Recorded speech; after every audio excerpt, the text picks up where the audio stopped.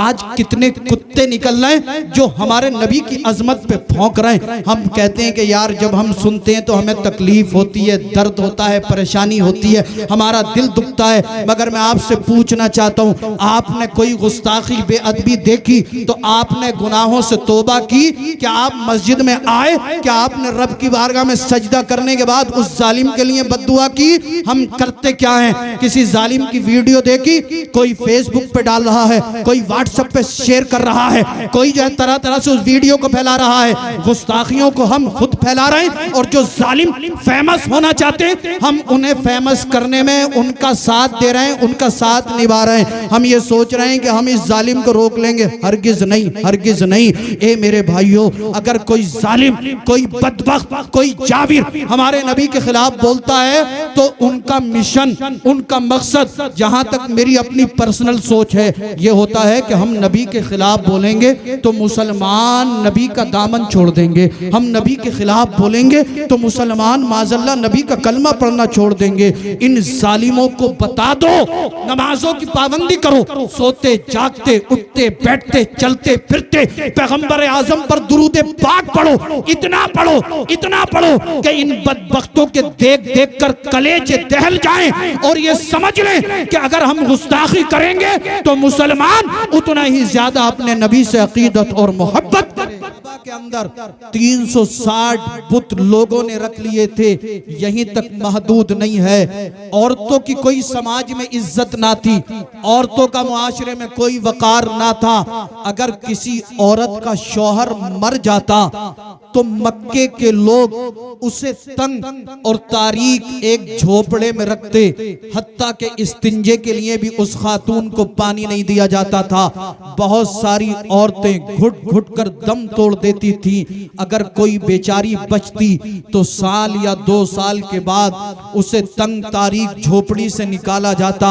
निकाल कर कहा जाता कि अब तू किसी गधे या ऊंट के जिस्म से अपने जिस्म को रगड़। उस बेवा औरत से कहा जाता कि वो जानवर के जिस्म से अपने जिस्म को मले और फिर उसे गधे या ऊंट पर बिठा दिया जाता। उसके दामन में ऊंट की मसैंगनियां रख दी जाती और फिर गलियों में, रास्तों में, सड़कों पर घुमाया जाता और ये इस बात का ऐलान होता था कि इस औरत की इद्दत पूरी हो गई।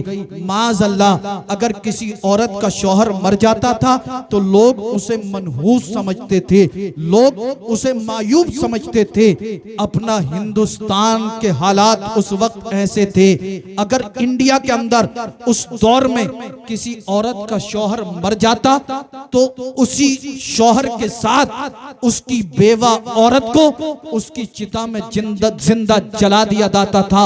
यहीं तक नहीं है, अगर किसी के यहाँ पर बेटी पैदा होती तो एक बाप अपनी बेटी को अपने हाथों से जिंदा कब्र में दबा देता था। एक शख्स पैगंबर आजम की बारगाह में हाजिर हुए, अर्ज करते हैं, ए अल्लाह के रसूल सल्लल्लाहु तआला अलैहि वसल्लम, मैंने बहुत बड़ा गुनाह किया है।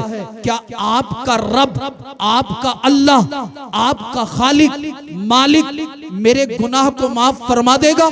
सरकार ने फरमाया, बता तो सही, तूने कौन सा गुनाह किया है? उन्होंने अर्ज किया, ए अल्लाह के हबीब, जहालत का दौर दौरा था, हर तरफ कुफ्र, शिर्क, जुल्म, जबर और तशद्दुद की घटाएं छा चुकी थी। ए पैगंबर आजम, मैं हालत कुफ्र में था, हालत जहालत में था। मैंने अपने हाथों से अपने खानदान की, अपने कबीले की कई बच्चियों को जिंदा कब्र में दबा दिया। अल्लाह अल्लाह, तवज्जो मेरी तरफ करें। मैं आपके दिलों पर चोट मारने की कोशिश कर रहा हूं। मैं आपके ज़मीर को झंझोड़ कर उसमें इश्क़ रसूल भरने की कोशिश कर रहा हूं। अल्लाह अल्लाह, इन्होंने जब ये अर्ज किया, ए अल्लाह के महबूब, हालत जहालत में, हालत कुफ्र में मैंने अपने हाथों से अपने खानदान, अपने कबीले की कई बच्चियों को जिंदा कब्र में दबा दिया। अल्लाह के महबूब की आंखों में आंसू आ गए, सरकार की आंखें अश्कबार हो गईं, सरकार की आंखों से आंसू टपकने लगे। अल्लाह अल्लाह, अल्लाह, ये अर्ज करते हैं ए अल्लाह के हबीब, क्या अल्लाह मेरे इस गुनाह को माफ कर देगा? सरकार ने फरमाया अगर तू सच्चे दिल से तौबा करेगा, अगर तू सच्चे दिल से रब की बारगाह में झुकेगा, सच्चे दिल से कलमा शरीफ पढ़ेगा, तो अल्लाह तेरे हालत कुफ्र के तमाम गुनाहों को माफ कर देगा। फिर ये शख्स अर्ज करता है ए अल्लाह के हबीब, ए अल्लाह के पैगंबर, मैंने इससे भी बढ़कर एक गुनाह किया है, क्या आपका रब मेरे उस गुनाह को भी बख्श देगा? सरकार ने फरमाया बतला तो सही, तूने इससे बढ़कर भी कौन सा गुनाह किया है? ये अर्ज करते हैं ए अल्लाह के हबीब, मैं काम करने के लिए तिजारत की गर्ज से, बिजनेस की गर्ज से कहीं बाहर जाने वाला था। मेरी बीवी हामला थी, प्रेग्नेंट थी। मैंने अपनी बीवी से कहा मैं काम के सिलसिले में विदेश जा रहा हूँ, काम के सिलसिले में बाहर जा रहा हूँ, मैं तिजारत की गर्ज से बाहर जा रहा हूँ। मेरे जाने के बाद हमारे घर में अगर बेटी पैदा हो तो उसे कब्र में दफना देना, अगर बेटी पैदा हो तो उसे दरगोर कर देना, अगर बेटी पैदा हो उसे कब्र के अंदर दफना देना, और अगर बेटा पैदा हो उसकी परवरिश करना, उसकी देखभाल करना, उसके साथ हुस्ने सुलूक करना। ये कहते हैं सरकार मैं कमाने की गर्ज से, तिजारत की गर्ज से विदेश चला गया, परदेश चला गया। सालों के बाद, कई साल के बाद जब मैं घर वापस पलटा तो मैंने क्या देखा, मेरी बीवी के साथ एक बहुत ही हसीनो जमील बच्ची खेल रही है। मैंने सोचा शायद मेरे जाने के बाद मेरे घर में ये बच्ची पैदा हुई होगी। मुझे गुस्सा आया, मैंने कहा ए मेरी शरीक हयात ये बता, मेरे जाने के बाद हमारे यहाँ पर बेटी पैदा हुई या बेटा पैदा हुआ? ये अर्ज करते हैं कि सरकार मेरी बीवी ने, मेरी शरीक हयात ने बात को टालना चाहा, लेकिन मैंने जब बार बार उसे टॉर्चर किया, बार बार उस पर सख्ती की, बार बार उस पर तशद्दुद किया, बार बार उस पर जबर किया, तो मेरी शरीक हयात ने, मेरी ज़ौजा मुकर्रमा ने, मेरी बीवी ने मुझसे कहा ए मेरे सरताज, आपके जाने के बाद हमारे यहाँ पर बेटी पैदा हुई थी। ए मेरे सरताज देखिए तो सही, कितनी खूबसूरत है, कितनी हसीनो जमील है, कितनी प्यारी बेटी है। उस बच्ची ने बोलना शुरू कर दिया था, बड़ा अच्छा बोलती थी, बड़ा अच्छा उसका चेहरा था, उसके हुस्नो जमाल का कोई जवाब नहीं है। ये कहते हैं अल मुख्तसर, ए अल्लाह के हबीब, मेरे दिल के अंदर शैतान ने वसवसा डाला। मैंने गालिबन अपने खानदान की, अपने कबीले की 70 बच्चियों को अपने हाथों से जिंदा कब्र में दबाया था। मैंने सोचा सरकार, मेरे दिल के अंदर वसवसा आया, अगर मैंने अपनी बच्ची को कब्र में नहीं दबाया तो मेरे कबीले के, मेरे खानदान के लोग कहेंगे हमारी बच्चियों को इसने कब्र में दबाया था, मगर अपनी बच्ची से मोहब्बत करता है, अपनी बच्ची से अकीदत रखता है, अपनी बच्ची के प्यार में ऐसा गिरफ्तार हुआ है कि अपनी बच्ची को जिंदा कब्र में नहीं दबाया। ए मेरे सरकार, मैंने बच्ची को लिया और मैं उस बच्ची को कब्र में दबाने की नियत से, दरगोर करने की नियत से घर से चल दिया। मेरी बीवी ने मन्नत समाजत की, मेरी बीवी ने मेरी खुशामद की, लेकिन सरकार जहालत का दौर दौरा था, मैं जहालत में ऐसा डूबा हुआ था, मेरी बीवी की एक भी बात मेरे दिल पे असर ना कर रही थी। मैंने बच्ची को लिया, मैं चल दिया, सहरा आया, जंगल आया, गर्मी का मौसम था। तवज्जो मेरी तरफ है। अर्ज करते हैं ए अल्लाह के हबीब, ए अल्लाह के पैगंबर, मैंने बच्ची को साथ में लिया। मेरी बच्ची ये समझ रही थी मेरा बाप मुझे किसी शादी की तकरीब में लेकर जा रहा है, मेरी बच्ची ये समझ रही थी मेरा बाप मुझे किसी खुशी के प्रोग्राम में लेकर जा रहा है। उसे क्या मालूम था मेरा बाप मेरे साथ क्या कर गुजरने वाला है। ए अल्लाह के हबीब, मैं चलता चला गया, चलता चला गया, चलता चला गया, चलते चलते मुझे पसीना आने लगा। बच्ची ने प्यार भरे अंदाज में कहा बाबा इतनी भी जल्दी क्या है, थोड़ा आराम आराम कर लीजिए, थोड़ी देर ठहर जाइए, कहीं किसी पेड़ के साए तले बैठ जाइए। बाबा आपके चेहरे से पसीने की बूंदें टपक रही है। मेरी बच्ची मुझसे इतनी खूबसूरत बातें कर रही थी, लेकिन सरकार मेरे दिल पर शैतान का ऐसा कब्जा हो चुका था, जहालत में मैं ऐसा डूब चुका था, मेरे दिल पे बच्ची की एक भी बात असर ना कर रही थी। अलगर्ज ये कहते हैं मैं उस जगह पर पहुंचा जहां मुझे बच्ची को जिंदा कब्र में दबाना था। इन्होंने एक कब्र खोदनी शुरू की, खड्डा खोदना शुरू किया। बच्ची ये समझ रही थी मेरा बाप मेरे खेलने के लिए जमीन से मिट्टी निकाल रहा है। बच्ची ये सोच रही थी मेरा बाप मेरे खेलने के लिए जमीन से मिट्टी निकाल रहा है। अल्लाह अल्लाह, ये जमीन खोदने लगे, खड्डा खोदने लगे, कब्र तैयार करने लगे। कब्र तैयार करते करते जब इस शख्स को पसीना आया, बच्ची ने देखा मेरा बाप पसीने में सराबोर हो चुका है। बच्ची ने कहा बाबा ठहर जाइए, आराम कर लीजिए, ठहर जाइए। जब कहते हैं मैं ना रुका तो मेरी बच्ची ने अपने दामन से मुझे हवा करनी शुरू कर दी। बच्ची कह रही थी बाबा इतनी मिट्टी काफी है, मैं इसी से खेल लूंगी, इसी से घिरौंदे बना लूंगी, और ज्यादा मिट्टी निकालने की जरूरत नहीं है। अभी तक बच्ची को मालूम ना था मेरा बाप मेरे साथ क्या करने वाला है। अभी तक बच्ची को मालूम ना था उसके बाप के दिल में क्या है। अल्लाह अल्लाह, मिट्टी खोदी, कब्र तैयार की, बच्ची को कब्र के अंदर रख दिया, मिट्टी गिरानी शुरू कर दी। बच्ची अभी भी ये समझ रही थी मेरा बाप मेरे साथ खेल रहा है, मेरा बाप मेरे साथ मजाक कर रहा है। ये मिट्टी डालते चले गए। बाप के मंसूबे को बच्ची अभी समझ ना पाई थी। ये कहते हैं सरकार मैं मिट्टी डाल रहा था, बच्ची मुस्कुरा रही थी। अल मुख्तसर, इन्होंने जब मिट्टी डालते डालते बच्ची के सीने तक मिट्टी आई, कांधे तक मिट्टी पहुंची, बच्ची का दम घुटने लगा। बच्ची ने कहा बाबा अब मिट्टी ना डालिए, मेरा सांस घुटने लगा है, मेरा सीना दमने लगा है, मेरा दिल बैठने लगा है। बाबा अब मिट्टी ना डालिए, मुझसे बर्दाश्त नहीं होता, बाबा मेरी सांस रुकने लगी है। ये कहते हैं बच्ची अभी भी समझ रही थी मेरा बाप मेरे साथ खेल रहा है, मगर मैं ना रुका, मिट्टी डालता चला गया। बच्ची ने मुझसे मन्नत और समाजत की। जब बच्ची ने देख लिया गले तक मिट्टी आई, मेरा बाप मेरे साथ मजाक नहीं कर रहा है बल्कि मुझे जिंदा कब्र में दबाने वाला है। बच्ची ने कहा बाबा मैं कभी आपसे जिद नहीं करूंगी, मैं कभी आपसे खिलौना नहीं मांगूंगी, कभी आपसे पहनने के लिए नया कपड़ा नहीं मांगूंगी। बाबा मैं कभी आपको तंग नहीं करूंगी, कभी आपको परेशान नहीं करूंगी। ये कहते हैं मेरे दिल पर जर्रा बराबर असर ना हुआ, मैं मिट्टी डालता चला गया। जब मेरी बच्ची ने समझ लिया कि मेरे दिल पर बच्ची की कोई बात असर नहीं कर रही है, तो बच्ची ने आसमान की जानिब नजरें उठाई, अर्ज किया परवरदिगार आलम बारे इलाह खालिक कायनात मालिक कायनात, ये तेरे जालिम बंदे हम बंदियों पे जुल्म कर रहे हैं। मौला कब तक हम बच्चियों को जिंदा कब्रों में दबाया जाता रहेगा? मौला कब तक हम बच्चियों को जिंदा दरगोर किया जाता रहेगा? कब तक हम बंदियों पर जुल्म जबर तशद्दुद किया जाता रहेगा? बच्ची ने अर्ज किया था मौला हमें बचाने वाला भेज दे, हमें बचाने वाला भेज दे, हमें बचाने वाला भेज दे। जब इन बच्चियों को जिंदा कब्रों में दबाया गया, औरतों की इज्जतों के साथ खिलवाड़ किया गया, इन औरतों ने रब की बारगाह में अरीज़ा पेश किया मौला हमारी इज्जतों की हिफाजत करने वाला भेज दे, हमारी बच्चियों को जिंदगी दिलाने वाला भेज दे। अल्लाह अल्लाह, इन बच्चियों की दुआ बाबे इजाबत से जाके टकराती है, रब की रहमत पुकारती है।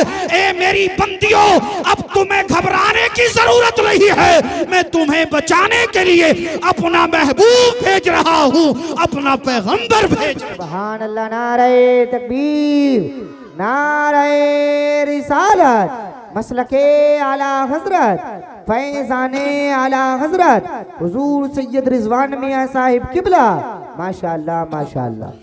सबसे औला ओ आला हमारा नबी, सबसे बाला ओ वाला हमारा नबी, अपने मौला का प्यारा हमारा नबी, दोनों आलम का दूल्हा हमारा नबी, खल्क से औलिया, औलिया से रसूल, रसूलों से आला हमारा नबी। सारे अच्छों में अच्छा समझिए जिसे है, वो सच्चे से अच्छा हमारा नबी। जब बच्चियों को जिंदा कब्रों में दबाया गया, औरतों की इज्जत के साथ खिलवाड़ किया गया, अल्लाह ने अपने महबूब को इस दुनिया के अंदर भेज दिया। सैयदा तैयबा ताहिरा जाहिदा आबिदा राकिआ आमिना रदी अल्लाह ताला अन्हा फरमाती है, हजरत अब्दुल्लाह के साथ मेरा निकाह हुआ, रुखसती हुई, हजरत अब्दुल्लाह के घर में आ गई। तवज्जो से सुनना, हजरत अब्दुल्लाह के घर आ गई। सैयदा आमना कहती है 3 दिन 3 रातें मैंने हजरत अब्दुल्लाह के साथ गुजारी। उसके बाद जब सैयदा आमना वापस अपने मायके गई, अपने बाप के कलेजे से लिपट कर रोने लगी। हजरत वहब बिन अब्द मनाफ के सीने से लगकर रोने लगी। हजरत वहब ने सोचा शायद मेरी बेटी को ससुराल में कोई तकलीफ पहुंची है, शायद किसी ने ससुराल में कुछ कह दिया। अल्लाह अल्लाह, हजरत वहब बिन अब्द मनाफ कहते हैं, ए बेटी आमिना, क्या तेरी ससुराल में किसी ने कुछ कहा? तेरी ससुराल में कोई तकलीफ है, कोई परेशानी है? सैयदा आमना कहती है, बाबा मेरी ससुराल में किसी ने कुछ नहीं कहा, मुझे कोई परेशानी नहीं है, कोई तकलीफ नहीं है। हजरत वहब कहते हैं, बेटी आमिना, क्या हजरत अब्दुल्ला ने कुछ कह दिया?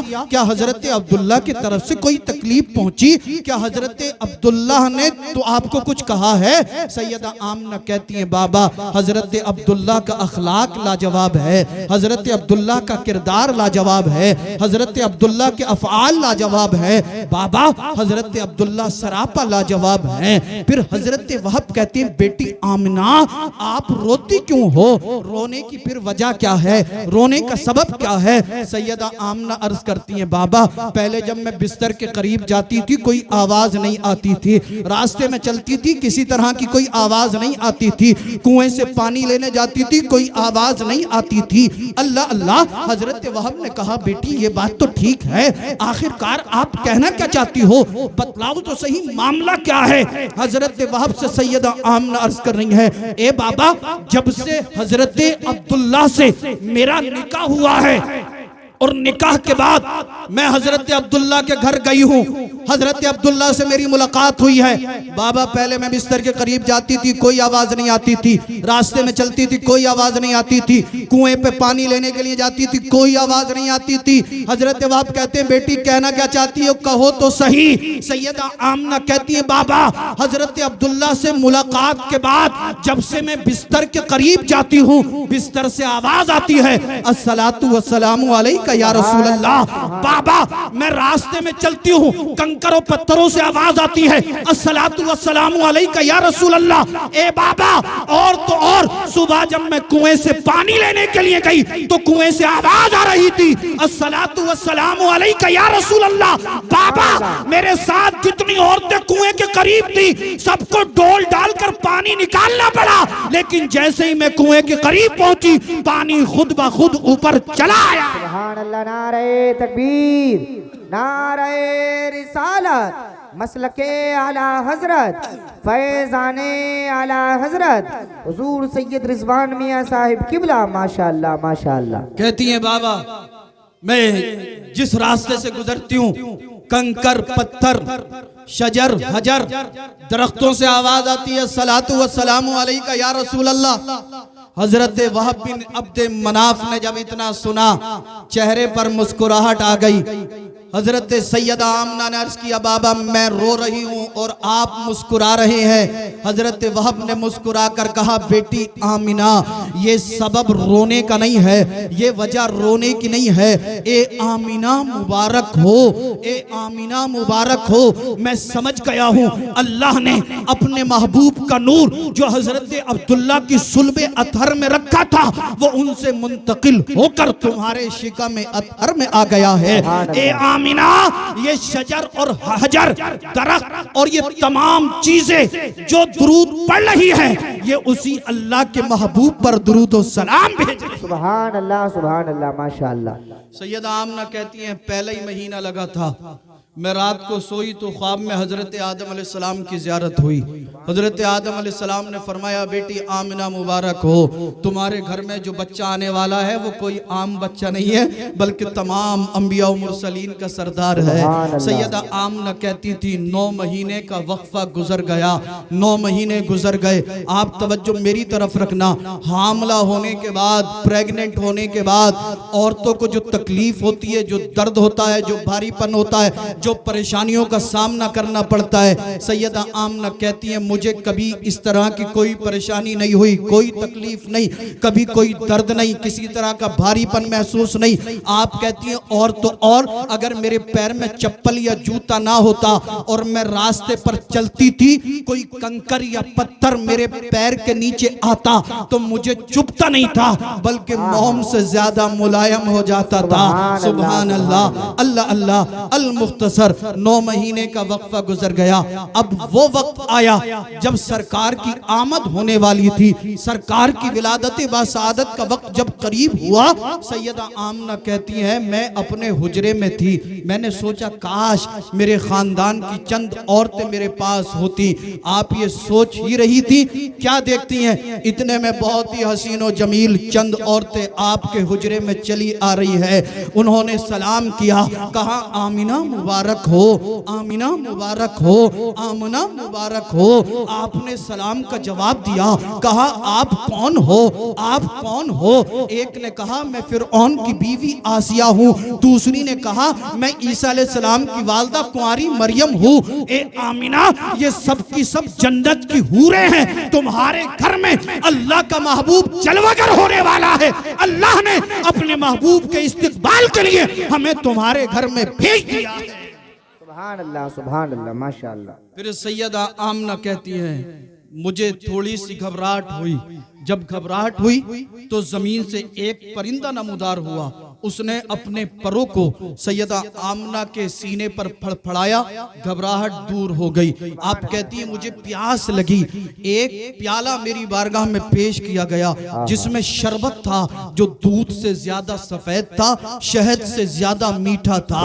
कहती है मैंने उसे पिया, प्यास दूर हो गई। उसके बाद आप कहती हैं मेरी नजरों के सामने से हिजाबात हटा लिए गए। आप कहती हैं रअयतु सलासत अलमन, मैंने 3 झंडे देखे, एक मशरिक में, दूसरा मगरिब में, तीसरा काबा की छत पर। अल्लाह अल्लाह, ये झंडे कैसे थे, कौन लाया था, कहां से आए थे? तो जवाब मिलेगा हदीस की किताबों में। आज रबीउल अव्वल शरीफ के मौके पे हम सब भी अपने घरों की छत पर झंडे लगा देते हैं। किसी झंडे पे लिखा हुआ होता सरकार की आमद मरहबा, किसी झंडे पे लिखा हुआ होता सलातु व सलामु अलैका या रसूल अल्लाह। मगर हमारे समाज, हमारे मुआशरे, हमारी सोसाइटी में कुछ लोग ऐसे भी हैं जो ये कहते हैं कि ये झंडा लगाना जायज नहीं है। मैं किसी की बुराई नहीं कर रहा हूं बल्कि आपको समझाने की कोशिश कर रहा हूं। इस झंडे पे क्या लिखा हुआ होता है? अस्सलातु व सलामु अलैका या रसूल अल्लाह, सरकार की आमद मरहबा। अस्सलातु व सलामु अलैका या नबी अल्लाह, यानी अल्लाह के महबूब का इसमें पाक, नामे पाक लिखा हुआ होता है। कुछ लोगों ने कहा ये झंडा लगाना सही नहीं है। मैंने कहा भाई सही क्यों नहीं है? कहा रबीउल अव्वल शरीफ के मौके पे झंडा मत लगाओ, ये लगाना जायज नहीं है। आपसे मैं पूछूंगा, आप ईमानदारी से जवाब देना, जब इलेक्शन का मौका आता है तो आपके घरों की छतों पर झंडा लगता है या नहीं लगता है? उन लोगों से भी पूछो जो लोग सरकार के नाम के झंडे को नाजायज, शिर्क और बिदअत कहते हैं। मैं किसी की बुराई नहीं कर रहा हूं, जो हक बात है, सच बात है, मैं बयान कर रहा हूं। और अगर किसी को पूछना हो, हवाला चाहिए, हवाला देकर जाऊंगा। कुरान और सुन्नत की रोशनी में बोल रहा हूं। इलेक्शन का मौका होता है, घरों की छत पे झंडे लग जाते हैं। जो साइकिल को वोट देता है उसके घर की छत पर साइकिल का झंडा, जिसने बहन जी को वोट दिया उसके घर की छत पर हाथी का झंडा, जिसने ओवैसी साहब को वोट दिया नाजिम भाई उसके घर की छत पर पतंग का झंडा, जिसने बीजेपी को वोट दिया उसके घर की छत पर कमल का झंडा। आप मुझे जवाब दें, क्या आज तक किसी मुफ्ती ने, किसी आलिम दीन ने ये फतवा दिया कि इन दुनियावी पार्टियों के झंडे लगाना नाजायज है? जो सरकार के नाम के झंडे को नाजायज कह रहा है, उसके घर की छत पर भी इलेक्शन के मौके पे झंडा लगा हुआ होता है। हमारे यहाँ भी लगते हैं, आपके यहाँ भी लगते हैं, पूरे मुल्क हिंदुस्तान में लगते हैं। बताना ये चाहता हूँ कि जब दुनियावी पार्टियों के झंडे लगाना नाजायज नहीं है, तो जिस झंडे पे अल्लाह के महबूब का नाम लिखा हो वो लगाना नाजायज कैसे हो सकता है? बात समझ में आ गई। मैं समझ गया मामला कुछ और है। जिसे साइकिल से मोहब्बत वो साइकिल का झंडा लगाता है, जिसे बीजेपी से मोहब्बत वो कमल का झंडा लगाता है, जिसे ओवैसी साहब से मोहब्बत वो पतंग का झंडा लगाता है। अल्हम्दुलिल्लाह हम अहले सुन्नत वल जमात हैं, हमें पैगंबर आजम से मोहब्बत है, इसीलिए हम अस्सलातु वस्सलामु अलैका या रसूल अल्लाह का झंडा लगाते हैं। अल्लाह अल्लाह। सरकार की वालदा फरमाती हैं, रअयतु सलासत अलमन, मैंने 3 झंडे देखे, एक मशरिक में, एक मगरिब में, तीसरा काबा की छत पर। ये झंडे कैसे थे, कहां से आए थे, कौन लाया था?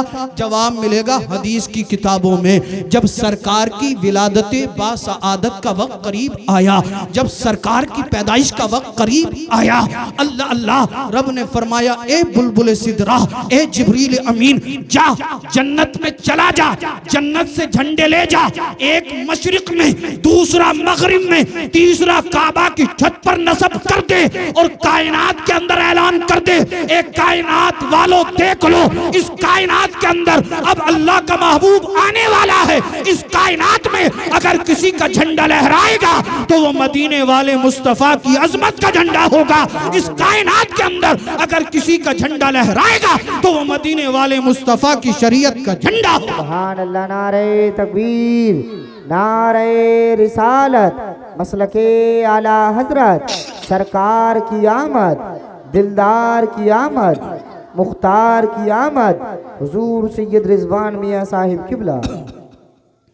सबसे औला व आला हमारा नबी, सबसे बाला व वाला हमारा नबी, अपने मौला का प्यारा हमारा नबी, दोनों आलम का दूल्हा हमारा नबी, खल्क से औलिया, औलिया से रसूल और रसूलों से आला हमारा नबी। सारे अच्छों में अच्छा समझिए जिसे, है उस अच्छे से अच्छा हमारा नबी।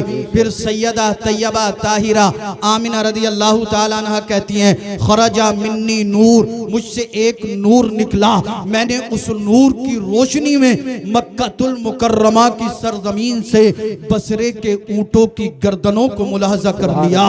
अल्लाह अल्लाह। अब हुजूर की फूफी सफिया बिनते अब्दुल मुत्तलिब कहती हैं, जब सरकार की पैदाइश हुई, सरकार की विलादत बासआदत हुई, तो मैं हुजरे आमना में थी, मैं हुजरे आमना में थी। सफिया बिनते अब्दुल मुत्तलिब कहती हैं कि जब सरकार की पैदाइश हुई तो मैं हैरान हो गई। औरतों ने कहा, ए सफिया, आपके हैरान होने की वजह क्या है, आपके हैरान होने का सबब क्या है? तो सफिया बिनते अब्दुल मुत्तलिब कहेंगी, ए औरतों सुनो, आज से पहले मैंने कई बच्चों की पैदाइश देखी थी, मगर जब आमिना का बेटा मुहम्मदुर रसूलुल्लाह सल्लल्लाहु तआला अलैहि वसल्लम इस दुनिया में आए, सफिया बिनते अब्दुल मुत्तलिब कहती हैं, मैं हुजरे आमना में थी, मैंने क्या देखा कि एक नूर निकला और वो नूर चराग की रोशनी पे गालिब आ गया, पूरा कमरा रोशन और मुनव्वर हो गया। आप कहती हैं, जब सरकार पैदा हुए, आमिना भी पाक थी, सरकार भी पाक थे, किसी तरह की कोई गंदगी नहीं, कोई नजासत नहीं, किसी तरह की कोई ब्लीडिंग नहीं। अल्लाह अल्लाह। सफिया बिनते अब्दुल मुत्तलिब कहेंगी, ए लोगों सुनो, जब हुजूर पैदा हुए तो साफ और सुथरे पैदा हुए, नाफ बुरीदा पैदा हुए, खतना शुदा पैदा हुए, गुस्ल दिए हुए थे, बाल बने हुए थे। क्या मतलब है? सफिया बिनते अब्दुल मुत्तलिब के कहने का मतलब यही है, जब हुजूर पैदा हुए ऐसा लगता था, ऐसा लगता था, ऐसा लगता था कि अल्लाह ने अपने महबूब को कायनात के अंदर दूल्हा बनाकर भेज दिया है। अल्लाह ने अपने महबूब को कायनात के अंदर दूल्हा बनाकर भेज दिया है। जहां तारीख था, जुल्मत कदा था, सख्त काला था, कोई पर्दे से क्या निकला, घर घर में उजाला। अल्लाह। नारे तकबीर, नारे रिसालत, मजहबे इस्लाम, पैगंबरे इस्लाम, सरकार की आमद, दिलदार की आमद। माशाअल्लाह माशाअल्लाह। कोई पर्दे से क्या निकला, घर घर में उजाला था। फिर सफिया बिनते अब्दुल मुत्तलिब कहती हैं, हमने क्या देखा, चंद मिनट के बाद जब सरकार पैदा हुए तो पैदा होने के बाद सरकार ने अपनी पेशानी को सजदे में रख दिया। अब तो बोली दो यार सुभान अल्लाह। सुभान अल्लाह। हुजूर ने क्या किया पैदा होने के बाद, सजदा। और हम 60 साल के हो गए, हमें सजदा करने का तरीका ही नहीं आया। हुजूर को सजदे से इतनी मोहब्बत। पैदा होने के बाद मेरे और आपके नबी, मेरे और आपके पैगंबर ने सजदा किया।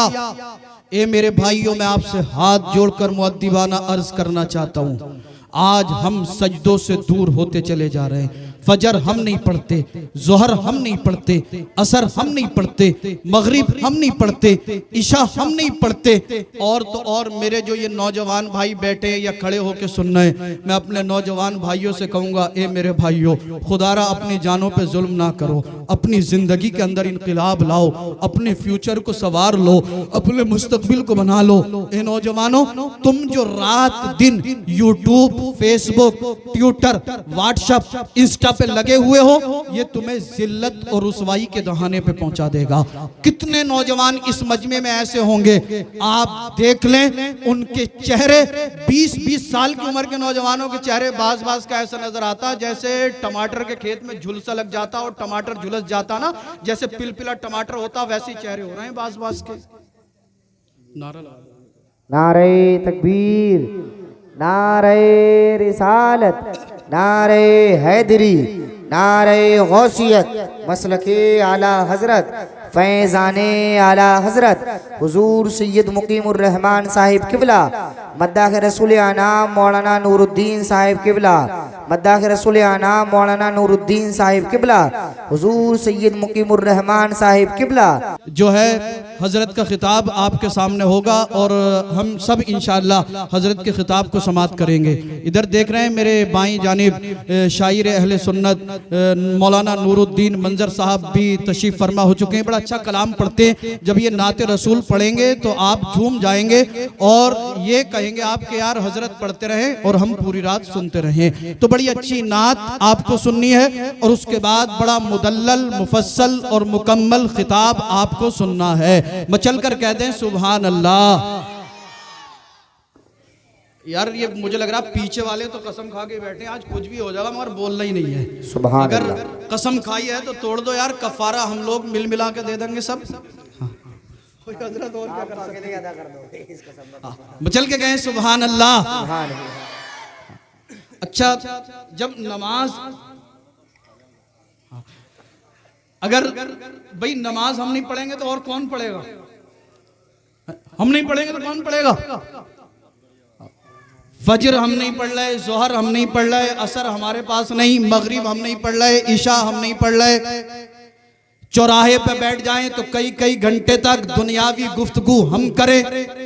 नौजवान रात को जब मोबाइल हाथ में लेके बैठता है तो यूट्यूब पे, फेसबुक पे जब तक MB रहती है सर्च मारता ही रहता है।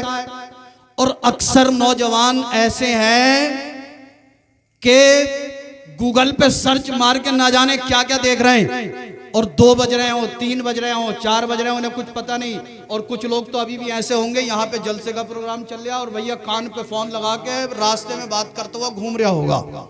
अभी पिछले हफ्ते ये सैतली एक गांव है, वहां से हम आ रहे थे रात में 2 बजे, तो हजरत एक नौजवान ईख के खेत में पैर लटकाए हुए रात के 2 बजे कान पे फोन लगा हुआ तो बात कर रहा था। अब इसे ये खतरा नहीं है कि यार ईख के खेत में से कोई सांप निकल आया, बिच्छू निकल आया, कोई कीड़ा वगैरह आ गया, कोई मौजी जानवर आ गया, उसने काट लिया, क्या होगा? अम्मा रोते रोते मर जाएगी इसके गम में, इसके सदमे में, मगर इसे जर्रा बराबर एहसास नहीं है। ए मेरे भाइयों, बात हंसने की नहीं है। आज हम अगर गौर करें अपनी जिंदगी पर तवज्जो करें, अपने समाज, अपने मुआशरे, अपनी सोसाइटी को देखें तो कोई गुनाह, कोई जुर्म ऐसा बचा हुआ नहीं है जो हमारे मुआशरे, हमारे समाज, हमारी सोसाइटी में ना पाया जाता हो। और ऊपर से हमारी शिकायत क्या है, हजरत कमाते बहुत हैं, बरकत नहीं होती। हजरत घर की बीमारी पीछा नहीं छोड़ रही, तरह तरह की बीमारियां, तरह तरह की परेशानियां।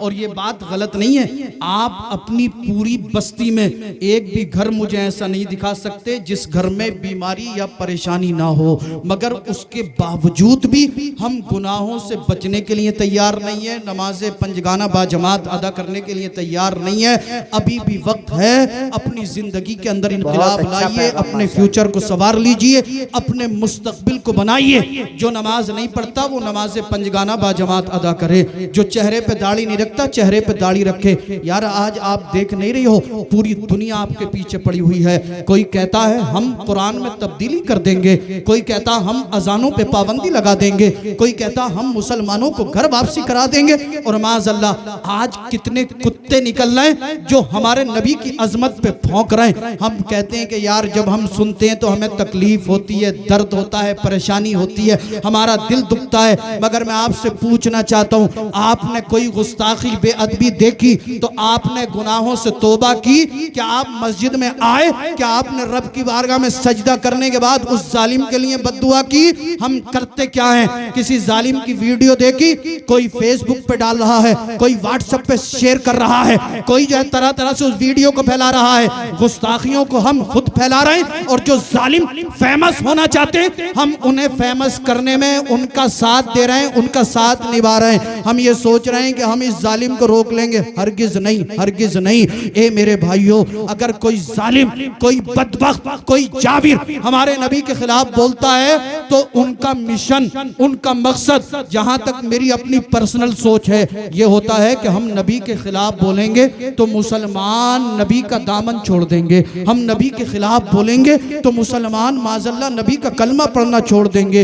इन जालिमों को बता दो नमाजों की पाबंदी करो, सोते जागते, उठते बैठते, चलते फिरते पैगंबर आजम पर दुरूद पाक पढ़ो, इतना पढ़ो, इतना पढ़ो कि इन बदबख्तों के देख देख कर कलेजे दहल जाएं और ये समझ लें कि अगर हम गुस्ताखी करेंगे तो मुसलमान उतना ही ज्यादा अपने नबी से अकीदत और मोहब्बत करें।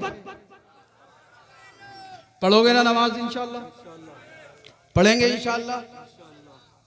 यार पढ़ लेना, मेरी लाज रख ली यार, मैं आपसे हाथ जोड़ के माजरत के साथ कह रहा हूँ, आप नमाज नहीं पढ़ोगे तो कोई एंटीने वाले तो नमाज पढ़ने के लिए आएंगे नहीं। वैसे हम कह रहे हैं हम परेशान हैं, बीमार हैं, तरह तरह की परेशानियां, और जो है तरह तरह के, एक अभी बड़ा मसला चल रहा था वो कि एक जालिम ने गुस्ताखी की, उसके खिलाफ एहतिजाज हुए, FIR हुई। तो वो मध्य प्रदेश के एक हाजी साहब हैं जिनका नाम हाजी शहजाद है, वो अपने साथ चंद लड़कों को ले जाके चंद मोहल्ले वालों को जमा किया और थाने में FIR कराने पहुंच गए। उसी में कुछ नशेड़ी लोग शामिल हो गए। बताया ये जाता है कि उन नशेड़ियों ने वहां पे पत्थर वगैरह फेंक दिए। बदले में क्या हुआ, हाजी शहजाद साहब के खिलाफ FIR हो गई, और FIR हुई तो प्रशासन ने एक्शन लेते हुए हाजी शहजाद साहब के खिलाफ FIR भी दर्ज की, और FIR के साथ साथ आपके मकान को तोड़ दिया। उलमाए किराम के हवाले से पता चला कि मकान भी कोई छोटा मोटा नहीं था, बल्कि 16 करोड़ की लागत से हाजी शहजाद साहब ने वो मकान बनाया था। और जब उस मकान को तोड़ा जा रहा था, हाजी शहजाद साहब ने कहा कि मेरी 3 गाड़ियां इसके बेसमेंट में खड़ी हैं, मुझे गाड़ियां निकालने दो, एक ऑडी, एक क्रेटा और एक फॉर्च्यूनर। तो गाड़ियां भी नहीं निकालने दी गई, बल्कि गाड़ियों को बुलडोजर से तोड़ दिया गया। तकरीबन 17 करोड़ का नुकसान उस मुसलमान का हाजी शहजाद का किया गया। अल्लाह अल्लाह, जब मकान तोड़ा गया, गाड़ियां तोड़ दी गई, एक न्यूज रिपोर्टर माइक लेकर आगे बढ़ा, कहा हाजी शहजाद साहब क्या अब भी नबी की इज्जत के खातिर बोलोगे? क्या अभी भी नबी की नामूस के खातिर बोलोगे? क्या अभी भी भी नबी की अजमत के खातिर आवाज उठाओगे, आपका 17 करोड़ का नुकसान कर दिया गया। मैं हाजी शहजाद की हिम्मत और हौसले को सलाम कहता हूं। उस नबी के दीवाने ने कहा था, ए लोगों सुन लो, ये तो 16 करोड़ के मकान की बात है, 1 करोड़ की गाड़ियों की बात है, दुनिया की तमाम दौलत को ठोकर मार दूंगा अगर मेरा सर भी काट दोगे जब भी मैं नबी की इज्जत की खातिर बोलता रहूंगा। आज एक हमसे इतना ही नहीं हो रहा जो हम अपने मोहल्ले की मस्जिद में जाके नमाज पढ़ लें, हमसे इतना ही नहीं हो रहा जो हम गुनाहों से तौबा कर लें। आप मेरे भाई तरह तरह के फितने उभर रहे हैं, तरह तरह से हमें और आपको टारगेट किया जा रहा है, तरह तरह की गुस्ताखियां की जा रही हैं। अब वक्त आ गया है हम सब गुनाहों से तौबा करें, रब की बारगाह में झुकें, कुरान और सुन्नत पे अमल करें और दुनिया वालों को ये बता दें, ए दुनिया वालों, मुझे तुमसे मोहब्बत नहीं है, मुझे तो मदीने वाले मुस्तफ़ा से मोहब्बत है। सफिया बिनते अब्दुल मुत्तलिब कहती है, जब हुजूर की पैदाइश हुई मैं हुजरे आमना में थी, मैंने देखा एक नूर निकला और वो नूर चराग की रोशनी पे गालिब आ गया, पूरा कमरा रोशन और मुनव्वर हो गया। आप कहती हैं हुजूर जब पैदा हुए, खतना शुदा पैदा हुए, नाफ बुरीदा पैदा हुए, गुस्ल दिए हुए थे, बाल बने हुए थे, गोया के ऐसा लगता था रब ने अपने महबूब को कायनात के अंदर दूल्हा बनाकर भेज दिया है। उसके बाद बादल की एक टुकड़ी आई, सैयदा आमना कहती हैं, मैंने उसमें घोड़ों के हिनहिनाने की, चरिंद और परिंदों की आवाजें सुनी। फिर कोई कहने वाला कहता था, इन्हें मशरिक से लेकर मगरिब तक, शुमाल से लेकर जुनूब तक तमाम कायनात की सैर कराओ। एक मुनादी निदा देता था, इन्हें आदम अलैहिस्सलाम की सूरत, शीस अलैहिस्सलाम की मार्फत, नूह अलैहिस्सलाम की शुजाअत, अल्लाह अल्लाह इब्राहिम खलीलुल्लाह की खिल्लत, इस्माइल ज़बीहुल्लाह की रिजा, मूसा कलीमुल्लाह का जलाल, ईसा रूहुल्लाह के कमालात, तमाम अंबिया और मुरसलीन के कमालात इन्हें अता कर दिए जाएं। आला हजरत बरेली से पुकार उठे, सबसे औला ओ आला हमारा नबी, सबसे बाला ओ वाला हमारा नबी, अपने मौला का प्यारा हमारा नबी, दोनों आलम का दूल्हा हमारा नबी, खल्क से औलिया, औलिया से रसूल, रसूलों से आला हमारा नबी, सारे अच्छों में अच्छा समझिए जिसे, है उस अच्छे से अच्छा हमारा नबी, गमज़दों को रज़ा मुज़्दा दीजिए के है बेकसों का सहारा हमारा नबी। अस्तग़फिरुल्लाहल्लज़ी ला इलाहा इल्ला हुवल हय्युल क़य्यूम व अतूबु इलैहि, ला इलाहा इल्लल्लाहु मुहम्मदुर रसूलुल्लाह व मा तौफ़ीक़ी इल्ला बिल्लाह। अस्सलामु अलैकुम व रहमतुल्लाह।